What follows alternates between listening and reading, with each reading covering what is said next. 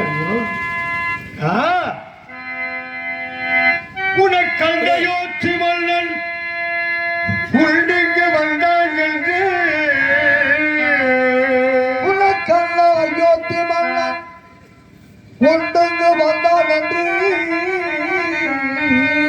உனக்கண்டையோற்றி மன்னன் உள்நெங்கு வந்தான் என்று கடத்துடல் உரைத்த பேர்கள் இக்கடலொரு சுடலை தன்னில் வனத்துடன் அவனிருக்கும் சன்னியாசி வனத்துடன் அவனிருக்கும் வாறு நீ கண்டதே எனக்கது தெரிய நன்றாய் எனக்கது தெரிய நன்றாய் இனப்பினால் கோவிக்கேன் கோவிக்கேனே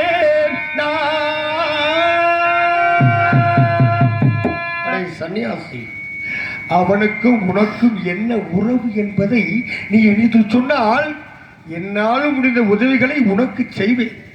அதை விடுத்து ஏதேனும் சொல்லி தப்பித்துக் கொள்ள எண்ணாதே. அவனுக்கு உனக்கும் என்ன உறவு என்பதை தெளிவாக எடுத்து மாமுனி கடனுக்காக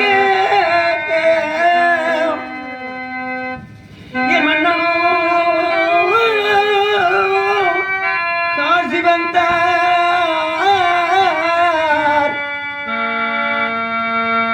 மாமுனி மாதை விற்று ரெண்டு பிள்ளைகளை விற்று காமினி மாதை விற்று கடன் தீர்க்க தரகன் கூலி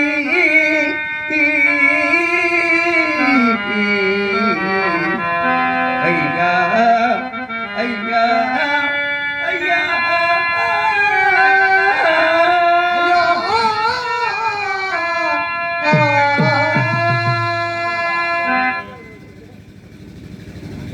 உன் மன்னன் யார்?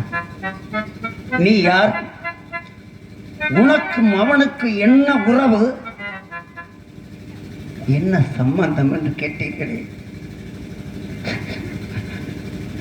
10,000 பொன் தரகு சம்பளத்திற்காக இந்த காசி மாநகர் ஈசானிய மூலையிலே விற்று மூச்சையாகி கீழே விழுந்தவன் ஆண்டுகள் 12 ஆகியும் என் மன்னவனை காண முடியவில்லை என்று நான் யார் என்பதை நீ தெரிந்து கொள்ள வேண்டும். சுவாமியே அன்று கேட்ட சுவாமி அன்று கேட்ட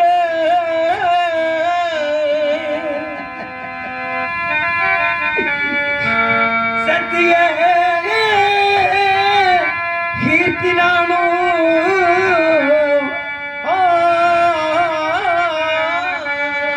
நேமியை விட்டேன் தோட்டி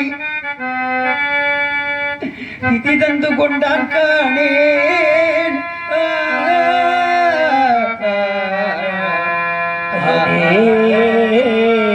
ஐயா ஐயனே, வாழ்க்கையிலே ஒவ்வொருவருக்கும் வறுமை கடன் ஏற்படும். உல்லாசமாக வாழ வேண்டும் என்று நினைப்பவர்கள் கடன் வாங்குவார்கள். ஆனால் சக்கரவர்த்தியாக வாழ்ந்த எனது மன்னன் வாக்கால் ஏற்பட்ட கண்ணுக்காக நாடு நகரங்களை இறந்து மனைவி மக்களை பிரிந்துமோ இந்த காசி வந்தார். உனக்கு தெரியுமாப்பா என் மன்னவனை பற்றி? உலகத்தில் அவரை தெரியாதவர்கள் யாருமே இருக்க முடியாது. அதனால் தான் அதை கேட்கிறேன். உனக்கு தெரியுமா?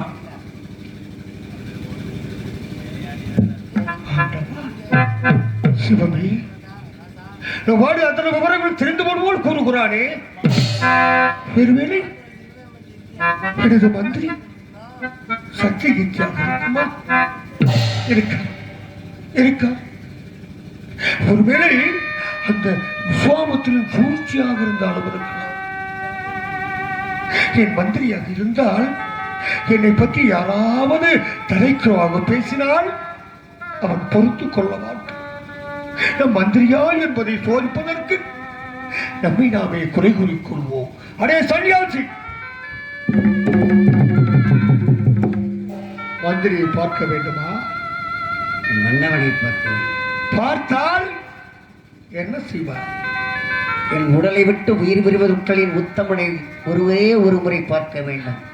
என் இறுதி மூச்சு உள்ளவரை அவர் திருவடியில் தொண்டு செய்ய வேண்டும். பார்க்காவிட்டால் பிறகு என்ன? இறப்பது ஒரு நாள், ஜனிப்பது ஒரு நாள், மரணிப்பது ஒரு நாள். அந்த முடிவுத்தானே செல்ல வேண்டும். பைத்தியக்காரா,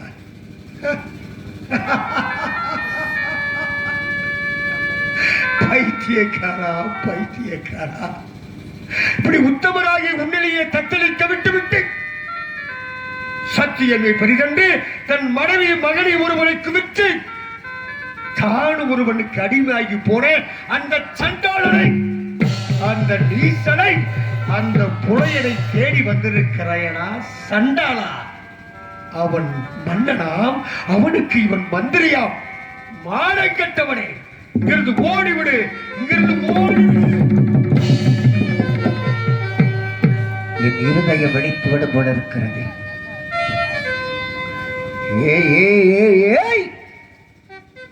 இந்த நாட்டிலே ஒருவன் வளர்த்திருந்தானே, ஆனால் எனது மன்னமுடைய பற்றி தெளிவாக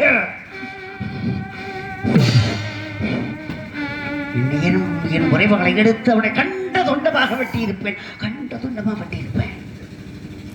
இனிமேலும் மன்னவனை பற்றி தெளிவாக பேசாதே. நான் கொலைகாரனாகி விடுவேன். என் கோபத்தை கிளறாதே, என்னை கொலைகாரனாக்காதே. நான் கொலை செய்ய கூட தாங்க மாட்டேன். ஆமா, என் மன்னன் உலகம் ஒத்து மூத்தவன்.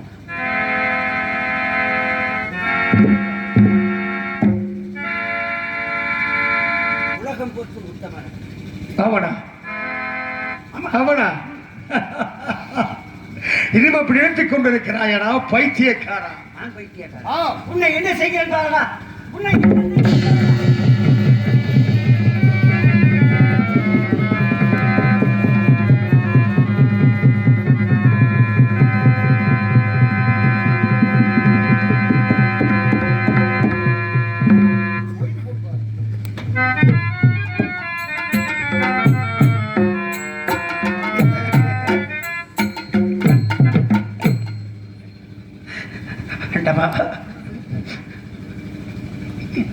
என் சக்கரவர்த்தியாரை நிந்தித்து பேசினான் அந்த மயானக்காவரன்.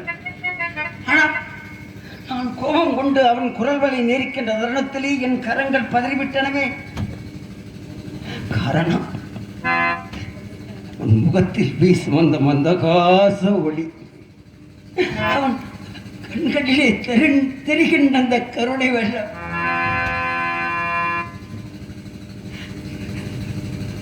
உண்மையிலே இவன் மயானக்காவன் தானா? இல்லை, உள்வினை பெயரால் மயானத்திற்கு வந்தவனா? ஆதி முதல் மயான கவரனா? இல்லை, பாதியிலே மயானத்திற்கு வந்தவனா? ஒன்னும் புரியலையே.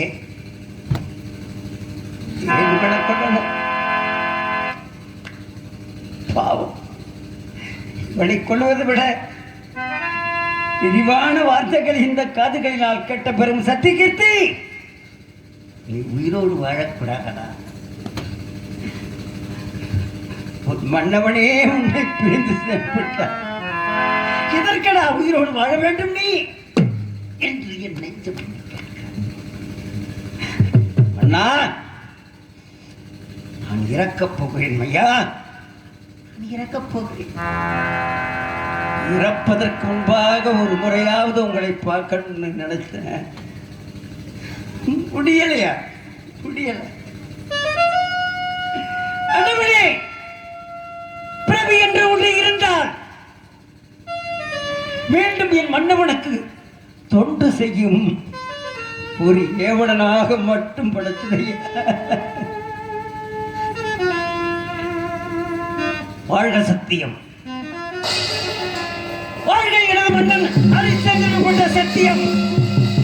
ஓங்குக தர்மம், சத்தியம், தர்மம், சத்தியம், தர்மம்.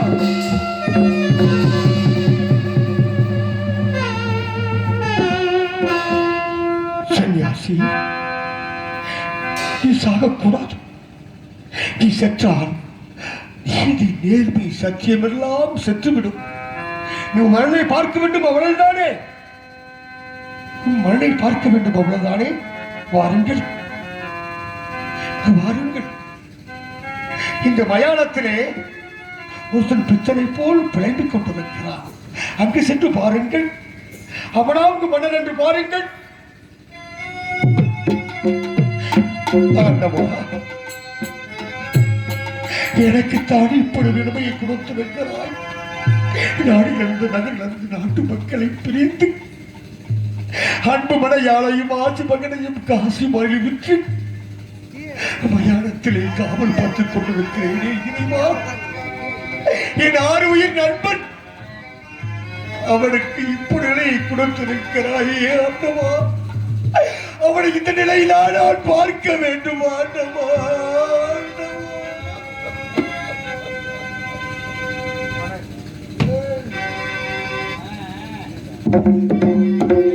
இந்த நிலையிலா என் மன்னனை நான் பார்க்க வேண்டும்.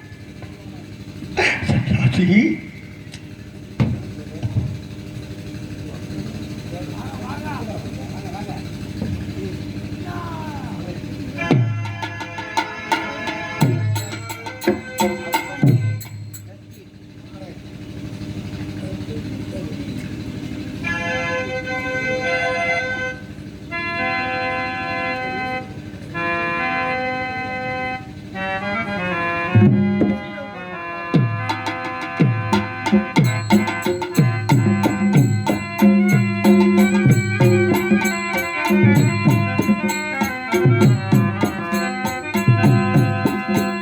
பார்த்தீர்களா? அங்கு பார்த்தீர்களா? இல்லையா? ஒரு இடத்தில் கூட காண முடியவில்லை. கொஞ்சம் என்னை பார்க்கிறீர்களா? என்னை தெரியவில்லையா உங்களுக்கு? இந்த மயான காவல் நீங்கள்? மயான காவலன்? ஆமா. என்னை நன்றாக ஒருமுறை ஒத்து பார்க்கிறீர்களா?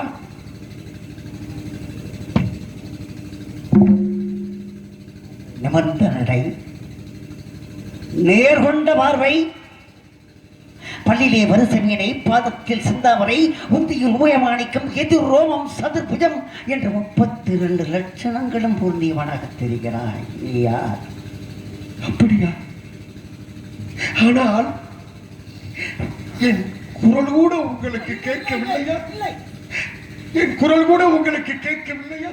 ஒரு கொற்றவனுக்கு எத்தனை அம்சங்கள் இருக்குமோ, ஒரு பேரரசனுக்கு எத்தனை அம்சங்கள் இருக்குமோ, ஒரு சக்கரவர்த்தியாக இருக்கக்கூடியவனுக்கு எத்தனை அம்சங்கள் மாற்றங்கள் இருக்குமோ, அத்தனை ஒட்டுமொத்தமாக உன்னிடம் இருக்கிறது. யார் நீ? யார் நீ? யார் நீ? யார்?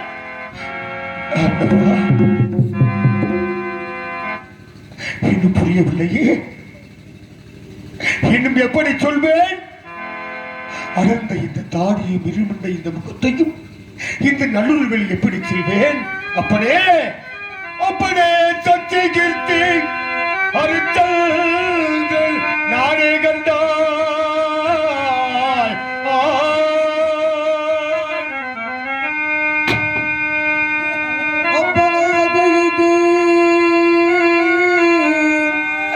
இப்படி நீ வாட ஏற்குமோ என்ற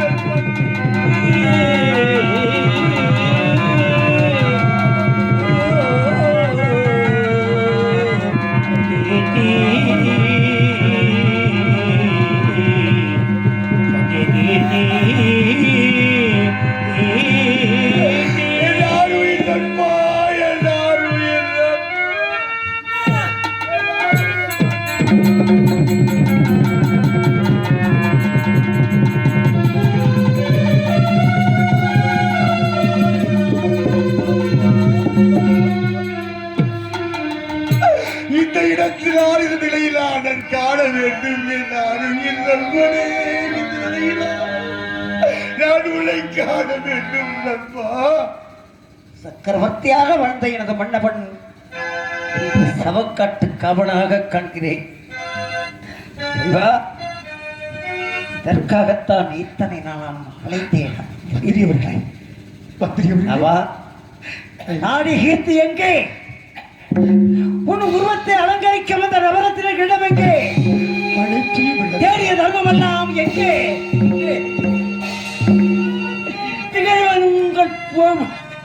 திகழும் சிம்மாசனம் எங்கே?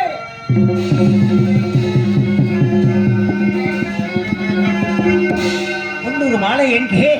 பூச்சக்கர குடை எங்கே? எங்கே மன்னா?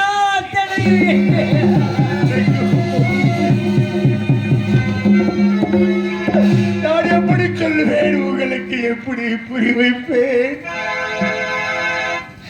கீர்த்தியவர்களே, கீர்த்தியவர்களே, இனி என்னை விட்டு போக மாட்டீர்களே, என்னை விட்டு போக மாட்டீர்களே.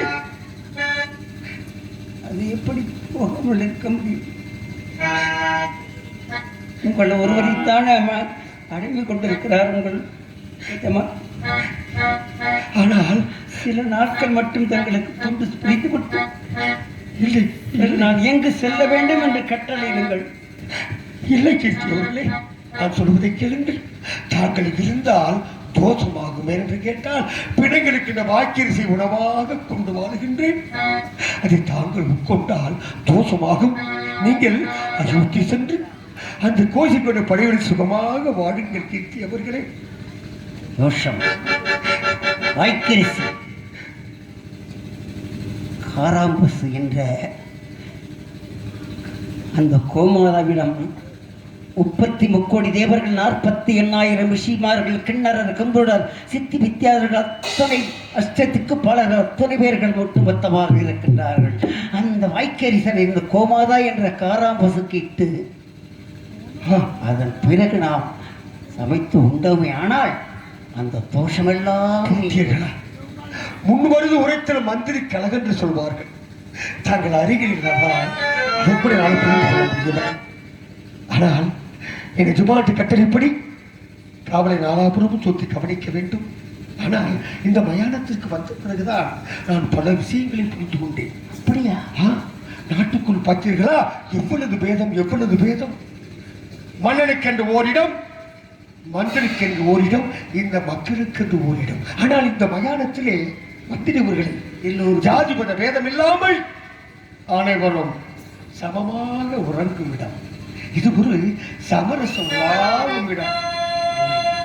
சமரசம் உலாவும் இடமே நம் வாழ்வில் காணா சமரசம் உலாவும் இடமே. நம் வாழ்வில் காணா சமரசம் உலாவும் இடமே. ஜாதியில் வேறோ என்றோ தாழ்ந்தவர் தீரோ